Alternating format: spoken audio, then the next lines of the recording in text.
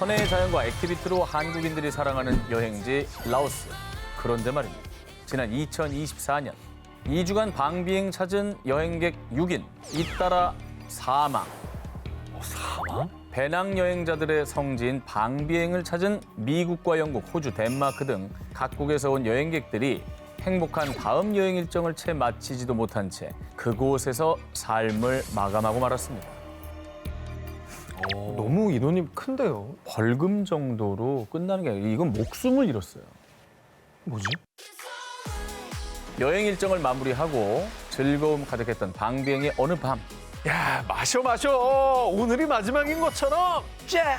그래, 이게 여행의 맛이지. 짠! 이들 모두 술을 마신 뒤 참변을 당했고요. 인근에 이송돼 치료를 받았지만 끝끝내 숨을 거두고 말았습니다.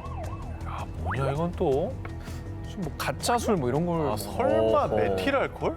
뭐 이제 금지됐는데 혹시나 뭐 뱀술이나 이런 걸 이렇게 좀 잘못 드시고. 뱀술 먹으면 죽어요? 아니 그러니까 독이 들어있다면. 아, 독이 들어있다. 예. 자, 이들의 사망 원인으로 지목된 유력한 원인은 바로 메탄올 중독. 제 말이 맞네요. 저희 구분이 안 되거든, 맛이. 그러니까. 안타깝게도 이들은 호스텔에서 제공한 공짜 술을 마시는 등 불법적으로 제조한 술을 마시고 사망에 이른 겁니다. 메탄올을 왜 넣어? 기본 중에 기본인데. 저건 마실 때 일단 구분이 안 돼요. 근데 같은 알코올이니까. 네, 마셔봤어요? 아예 구분이 안 돼. 아니, 그건 뭐 중학교 때 배우잖아요. 중학교 화학 시간에. 근데 메탄올이 뭐예요? 저거는 일단 조금만 먹어도 눈이 멀고요. 바로 실명이죠.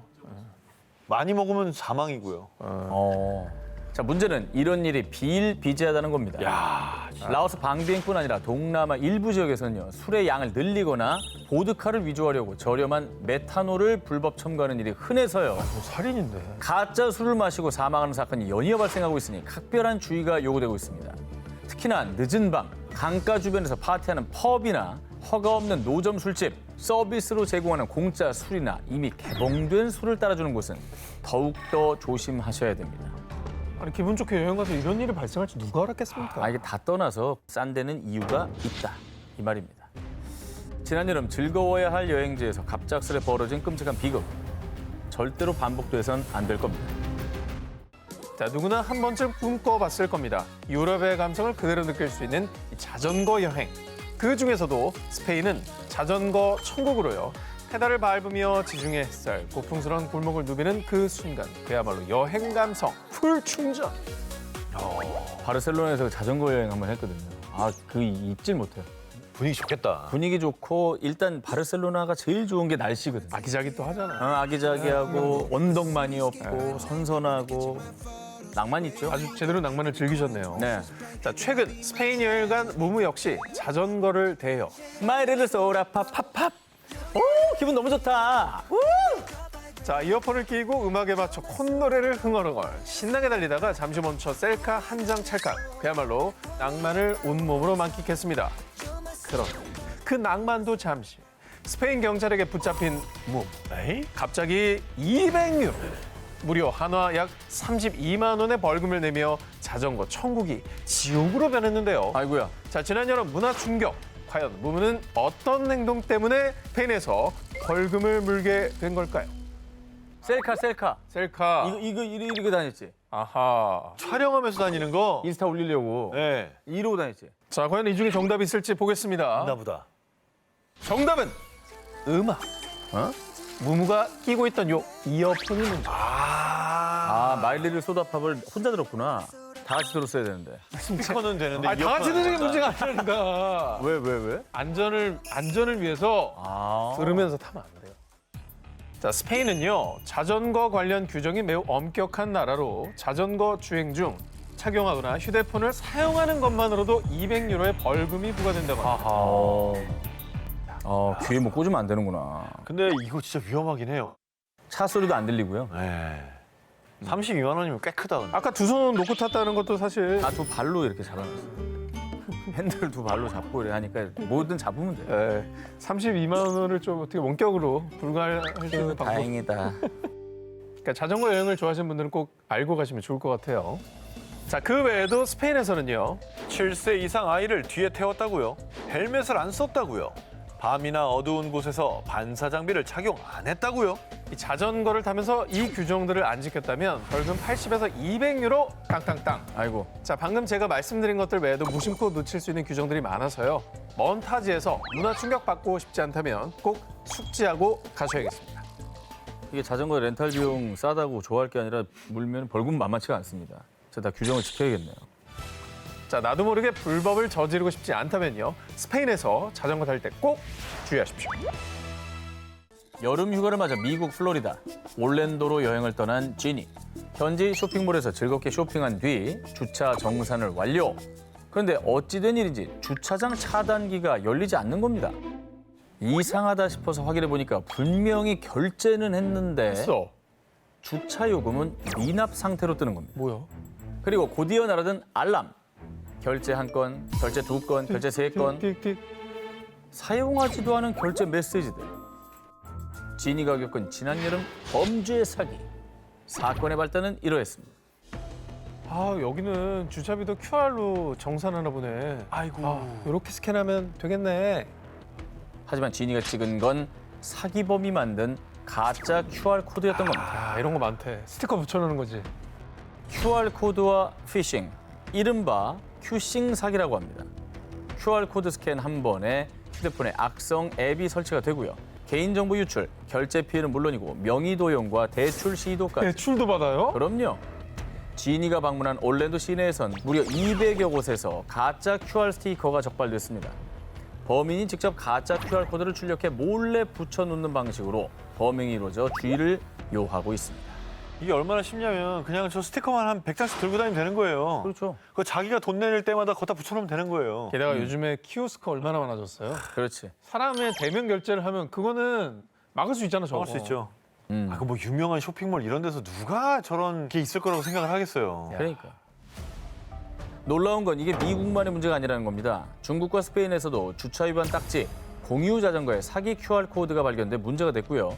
우리나라에서도 최근 공유 자전거와 불법 주차 안내문, 공공 우편물 등을 통한 큐싱 범죄가 기승을 부리고 있습니다. 가짜 QR 스티커는 육안으로 구별도 어려운 데다가 QR코드에 익숙한 세대들은 의심 없이 스캔하다 보니 그 피해는 계속해서 증가하는 상황입니다. 야, 앞으로 그냥 방심하고 스캔하면 안 될 것 같아. 안 돼, 안 근데 돼. 이거 진짜 많대요, 요새. 야, 근데 이게 너무 무서운 게 그냥 결제만 해가는 게 아니라 이걸 악성 코드를 씹는 거. 야, 이거 너무 무서운 거 아니에요? 무섭죠. 자, 앞으로는 QR코드 위에 변조나 덧붙여진 스티커가 없는지 살펴보시고요. 모르는 출처의 QR코드는 절대 스캔 금지. 앱은 반드시 공식 사이트를 통해 설치하시고요. 혹시라도 이상 징후가 있다면 카드를 정지시키고 꼭 재발급 받으시길 바랍니다. 자연 그대로의 야생에서 즐기는 사파리 투어. 누구나 한 번쯤 꿈꾸는 로망이죠. 2024년 7월 남아프리카 공화국으로 여행을 떠난 스페인 출신의 에릭 역시 약혼녀를 포함한 일행 3명과 함께 고대하던 사파리 투어를 진행. 세상에 저기 사자 봐. 이렇게 가까이서 보다니 럭키비키. 어머, 저기는 엄마 코끼리랑 아기 코끼리들이네. So sweet. 이 맛에 아프리카 오는 거 아니겠어? 기념으로 코끼리랑 사진 좀 찍어줄까? 뭐 아니야. 그냥 차 안에 있어. 다치면 어떡해. 괜찮아. 코끼리 순하잖아. 초시동물 아니야. 얼마나 귀여워. 에릭은 일행들이 말릴 새도 없이 코끼리들의 사진을 찍겠다며 차에서 내렸는데요. 그 순간 순식간에 찾아온 지난 여름 사건 사고. 동물원에서 귀엽게 먹이 받아 먹던 코끼리를 생각했다면 오산. 야생의 세계는 달랐습니다. 차에서 내리자마자 엄마 코끼리가 에릭에게 달려들었고 새끼 코끼리들도 따라 달려와 함께 에릭을 공격하기 시작. 결국 에릭은 그 자리에서 사망하고 말았습니다. 발표 죽었구나. 어떡해. 새끼 코끼리를 보호하려는 엄마 코끼리의 본능적 반응. 그러니까. 이건 특히 야생에선 흔한 행동. 사파리 투어 전 특정 구역에서만 하차하도록 교육을 받았음에도 야생 코끼리의 위험성을 과소평가한 채 가까이 다가갔다가 사고가 발생한 겁니다. 심지어 다가갔구나. 그래. 더 가까이 찍고 싶었겠지. 그놈의 그 사진 찍는다고. 에릭이 사고를 당한 같은 해 4월에도 사파리에서 코끼리가 여행객들을 공격하는 사건이 발생. 차도 공격한다, 야. 어이구야! 어머머머머. 와. 다행히 인명 피해는 없었지만 당시 관광객들은 큰 트라우마에 시달려야 했고요. 연이어 발생한 코끼리 공격 사건에 남아공 관광청은 경고를 발표. 야생동물은 위험하고 예측할 수 없는 본성을 가졌습니다. 안전을 위해 반드시 차량 내에 머무르고 차량과 동물 사이의 거리를 확보해야만 합니다. 진짜 무서웠겠다. 야생동물은 안전규칙을 준수하더라도 언제 어떻게 행동할지 예측할 수 없기 때문에 함부로 만지거나 가까이 가거나 이런 위험한 행동은 절대 금물. 관련 투어 때는 반드시 가이드의 안내나 정해진 안전규칙을 준수해야 합니다. 해외에서 우리나라에선 볼 수 없는 동물들을 만나는 건 흥미롭죠. 그렇다고 해서 안전수칙을 무시하거나 동물을 자극하는 행동은 절대 금물이라는 거 명심하세요. 이탈리아로 신혼여행을 떠난 한 신혼부부. 이탈리아를 제대로 누비기 위해 해외에서 처음으로 차를 렌트, 들뜬 마음으로 운전을 하며 도로를 달렸습니다. 자기야, 이탈리아 달리니까 너무 신난다. 아우. 자기야, 내 로망이 드디어 이루어지다니 너무 행복해. 이 풍광 좀 봐. 해변에 곧 도착하겠다. 그런데 그 순간 차량에 둔탁한 무언가가 충돌. 고라니? 뭐 로드킬인가, 진짜? 로드킬. 차에서 한 남성이 내리더니 뭐야? 내 사이드 미러를 깨? 일단 내리시죠. 외국인이라 운전이 미숙한 것 같으니까 봐줄게요. 자, 400유로만 현금으로 주시면 합의해 드릴게요.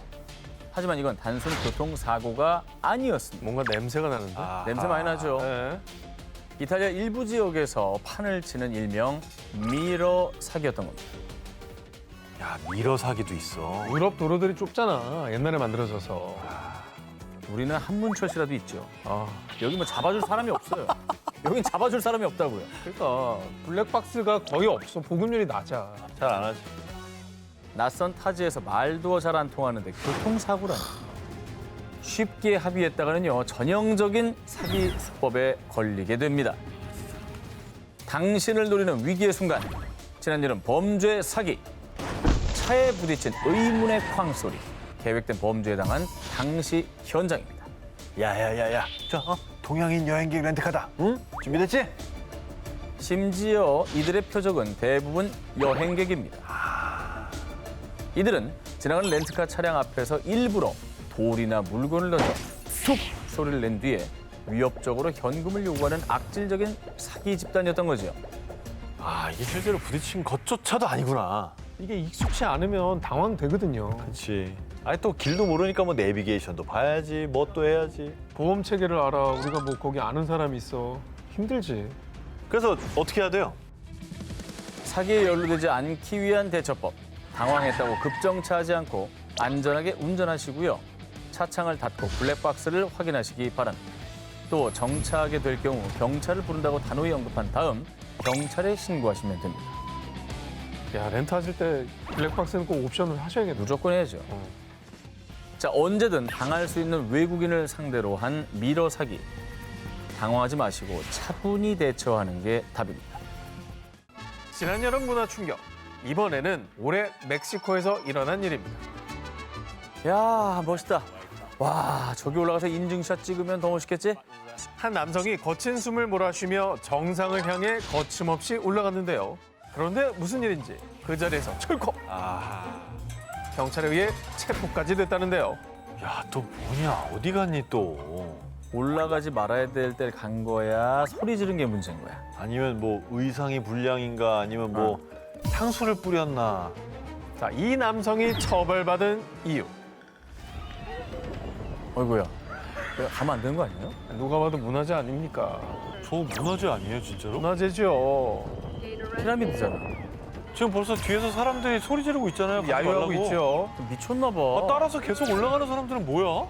잡으러 가는 거 아니에요? 저걸 왜 올라가요? 자, 남성이 올라간 곳은 바로 멕시코의 엘 카스티오 피라미드. 이 피라미드는 마야인이 건설한 피라미드로 천문학적으로 완벽한 디자인을 갖추고 있다는 평가를 받고요. 유네스코 선정 세계 7대 불가사의 이름을 떨치며 국가적인 보호를 받는 귀한 문화유산입니다. 미쳤구나. 자, 이런 귀한 피라미드에 독일 국적의 한 남성이 불법 등반을 시도한 건데요. 자, 영상에서 보셨다시피 이 남성은 조금의 망설임 없이 계단을 오르기 시작했고 결국 피라미드 꼭대기까지 올라갔다고 합니다. 왜 저런 거예요? 아, 이건 안 되는 거지. 이건 그냥 하면 안 되는 거 아니야? 아니, 이거는 뭐 저 나라의 문화재에 대한 이해가 있건 없건 그냥 안 되는 거 아니야? 그냥 안 되는 건 안 되는 거죠. 자, 물론 테오티후아칸 피라미드 중 일부 피라미드나 피라미드 형태를 띤 캄보디아, 앙코르바트 사원 등 예외적으로 등반이 가능한 곳이 있긴 합니다. 하지만 이 남성이 올랐던 멕시코의 엘 카스티오 피라미드는 2008년도부터 구조물 보호를 위해서 출입 금지, 계단이 있다고 다 올라가도 되는 게 아니라서 이 피라미드는 절대로 주의를 기울여야 되는데요. 아니, 그냥 쓱 봐도 여기는 올라가면 안 되게 생겼는데 뭐 이런 느낌 없나요? 근데 저건 뭐 외국인이라 몰랐어요가 좀 말이 안 되는 게 남들 아무도 안 올라가. 아무도 안 가니까. 그리고- 금지된 지 거의 20년 된 곳입니다. 그러니까. 너무 몰상식한 행동이죠. 그렇지. 네. 나라 망신이지. 다른 나라의 문화유산을 존중하지 않는 거죠, 이건. 게다가 특히 멕시코는 문화유산을 보호하려는 강한 의지를 갖고 있기 때문에 멕시코인들은 이번 사태에 대해 당신의 이번 행동은 단순한 문화재 훼손이 아니라 우리의 어떤 소울, 자존심까지 건드린 거예요. 이렇게 열불을 토했는데요. 또한 당시 현장에 있던 현지 군중들은 이 선 넘은 관광객에게 어떤 반응을 보였느냐. 예, 아, 진짜? 그 시민들이 집단으로 폭행을 합니다. 바로 응징하는구나. 예, 예. 그것도 아니지. 저도 사적 제재기 때문에 좀 논란이 될 수 있는 행동이죠. 아니 저건 또 저렇게까지 가면 안 예. 되죠. 아, 근데 이게 지금 응징한 사람들이 옳다고 변호하고 싶은 마음은 없지만 저 사람들도 실수로 넘어갔다면 저렇게 하지 않았을 아, 거예요. 당연하지. 근데 완전히 고의로 했잖아요. 그러니까 저렇게 분노하는 거지. 다른 나라의 문화를 존중하는 건 여행의 기본. 나에겐 작은 실수가 때론 큰 문제로 번질 수 있다는 것 명심하시길 바랍니다. 스페인 알리칸테 중심지 인근 아름다운 휴양지로 유명한 도시 칼페. 지중해를 끼고 있는 도시인 만큼 해변의 풍경도 아름답기로 유명한데요. 그 입소문을 듣고 스페인 칼페에 놀러간 무무와 주니. 형 우리 파라솔 빌려서 해변에 자리 먼저 맡아주자. 아우, 그래. 그게 좋겠다. 아, 어느 자리가 좋으려나? 이른 아침부터 일어나 해변의 명당 자리를 맡아뒀고요. 주변 맛집에서 식사도 하고 사진도 몇 장 찍은 뒤 여유롭게 돌아왔습니다. 그런데 말입니다. 무무와 쭈니가 돌아와 보니 감쪽같이 사라진 찜들. 두 사람은 당황스러울 수밖에 없었습니다. 훔쳐갔네. 아니, 유럽에서 저런 행동은 좀 위험하지 않나요? 한국이 아니에요. 미쳤어요. 그러니까 짐을 두고 돌아다니다니. 그럼. 제가 볼 때 훔쳐간 것 이상입니다. 어? 곧이어 한 남성이 다가온 뒤 그 이유를 알 수 있었는데요. 지금 해변에 둔 저 파라솔 당신들 거 맞죠? 물건은 저희가 다 압류했으니 참고하세요. 네? 저희 물건이 다 압류됐다고요? 왜요?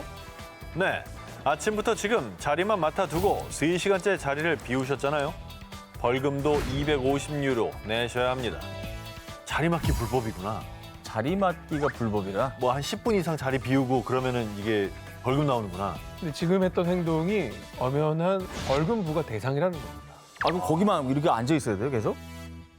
스페인 휴양 도시 칼페에서는 많은 분들이 무심코 해왔던 해변 자리맡기가 문제라는 사실.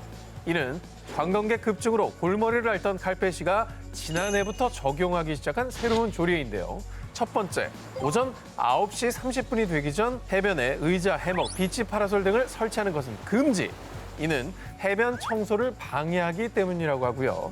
이를 위반하면 해변에 놓인 물건들을 압류, 물건 주인들은 40만 원의 벌금을 내야 합니다. 자, 두 번째, 의자, 해먹, 파라솔들이 3시간 이상 방치될 때도 압류된다고 합니다.